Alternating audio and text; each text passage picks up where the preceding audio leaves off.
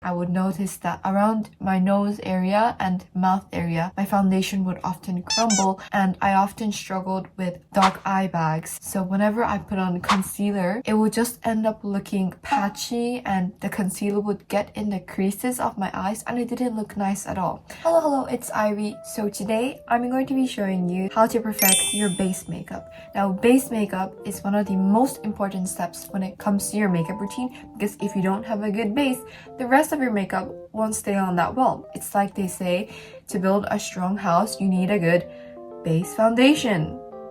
You know the phrase, you know what I'm talking about.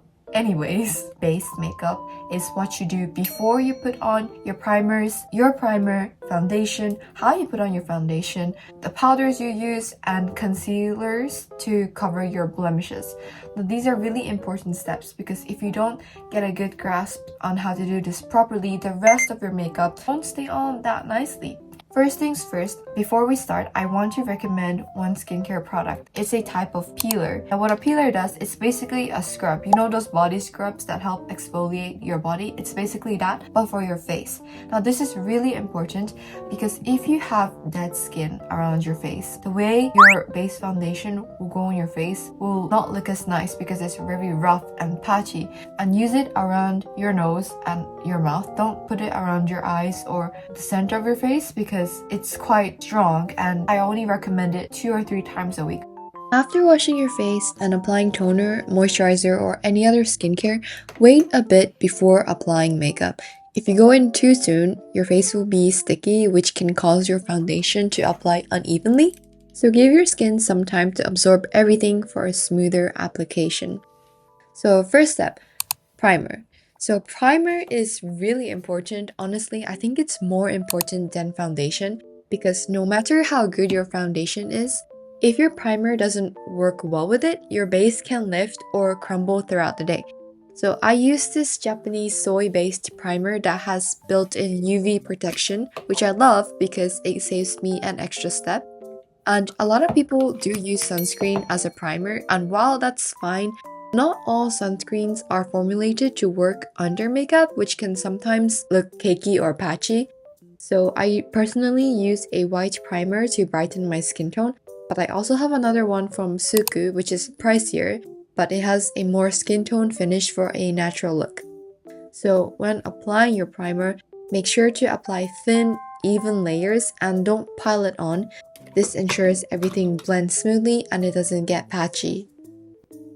Next up is color correcting. Now this is optional, but if you do have quite a lot of blemishes or unevenness when it comes to your coloration on your face, I do recommend it. So I use a color correcting palette from Dejik that has multiple shades. So the general rule is use green to neutralize redness and use peach or orange tones for dark circles.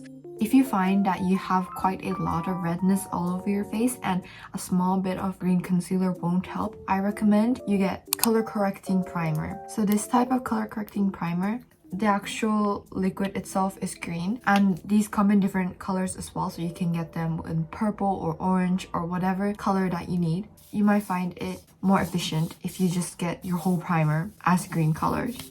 I personally struggle really bad with under eye bags and concealing them used to be a nightmare. Now depending on your under eye discoloration, red, purple, green, or brown, you will need to adjust your color correcting method. Since mine are brown with a reddish tone, I will be mixing green and dark brown to correct them. Now an application tip is always apply in thin layers. If you go in with too much product at once, it will end up looking cakey and creasy. Next is foundation. Finding the right foundation for you is one of the most important steps and you will have to do this with trial and error. So when you are using cushion foundation, you want to gently press it onto the product and always dab the excess off on the cover to thin it out a little. If you don't do this, the first dab you apply on your face will be very thick, and once you start dabbing the other parts of your face, it will become uneven. So once you've thinned out the foundation on your puff, gently apply it onto your face. When applying foundation, make sure to not apply it harshly. I used to do this with really strong force, but you want to carefully apply each dab gently and really emphasize pressing it inside of your skin, like you want your skin to really absorb the foundation.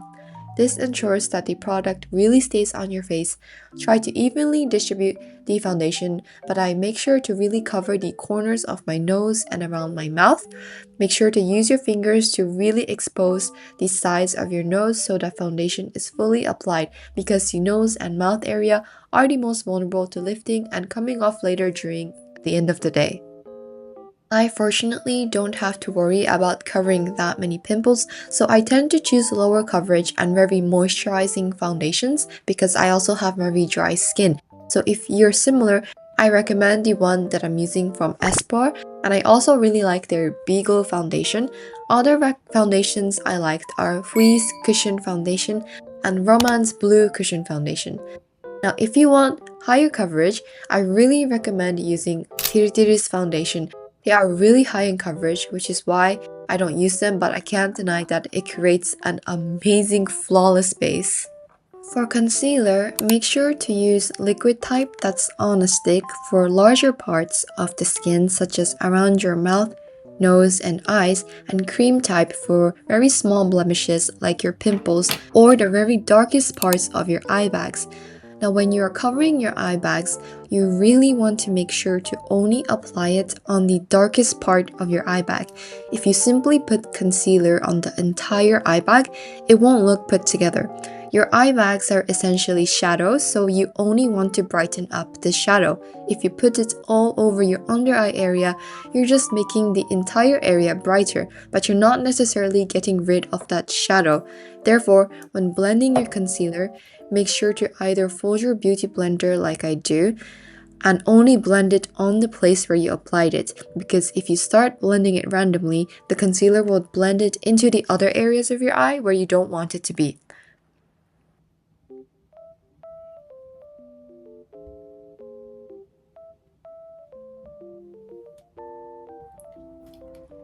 After that, I use powder. Now, the biggest mistake I see people do when applying powder is applying it all over your face. You only need to apply it around your nose, mouth, forehead, and around your eyes. Avoid your cheeks, and when applying it, don't puff it all over, because if you take too much powder, you'll look cakey and creasy. Plus, if you look too matte, it will get rid of that natural shine that makes your look more natural. So I would even recommend to not use the puff that usually comes with the powder and just use a brush like I do here, and you can gently apply it onto your skin. Make sure to really get rid of the excess powder on your brush and gently apply it. You don't want to shock your concealer with a lot of powder all at once, because that will lead to your crease lines becoming more prominent. Then I do the rest of my makeup, so I do my eyeshadow, lashes, contour, highlight, and blush. Now, another tip I have is when using concealer, or if you just want to make your skin look more even, because sometimes the color of your concealer is too bright or just doesn't match as well with your foundation, so it looks a bit off. If this is the case, I actually recommend mixing your foundation with your concealer. That way it actually blends in really naturally. Now, when you're shading and highlighting, this is also important. If you use a highlight that's a powder type, same technique when applying your powder. Dab off the excess product so it doesn't get cakey, and be very gentle. I'm using this Judy Doll shading palette. It's my holy savior. I cannot live without it.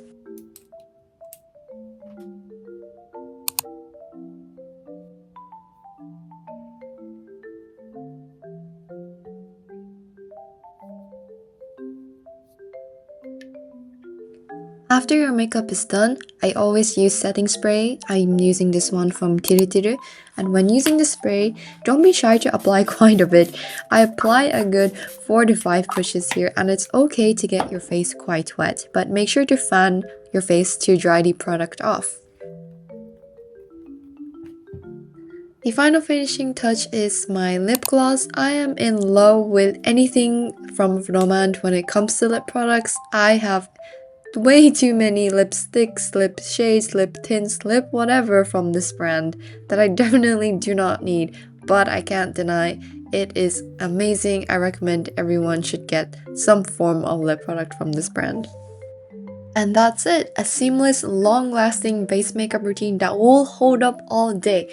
I personally don't touch up my base makeup throughout the day, so making sure that it lasts from the start is super important. And by the way, this is my face after I did a sweaty workout at the gym, and the base makeup is still on there. So I hope you found this helpful. Let me know your thoughts in the comments, and I'll see you in the next video. Make sure to sleep well, eat well, and stay hydrated. Bye bye!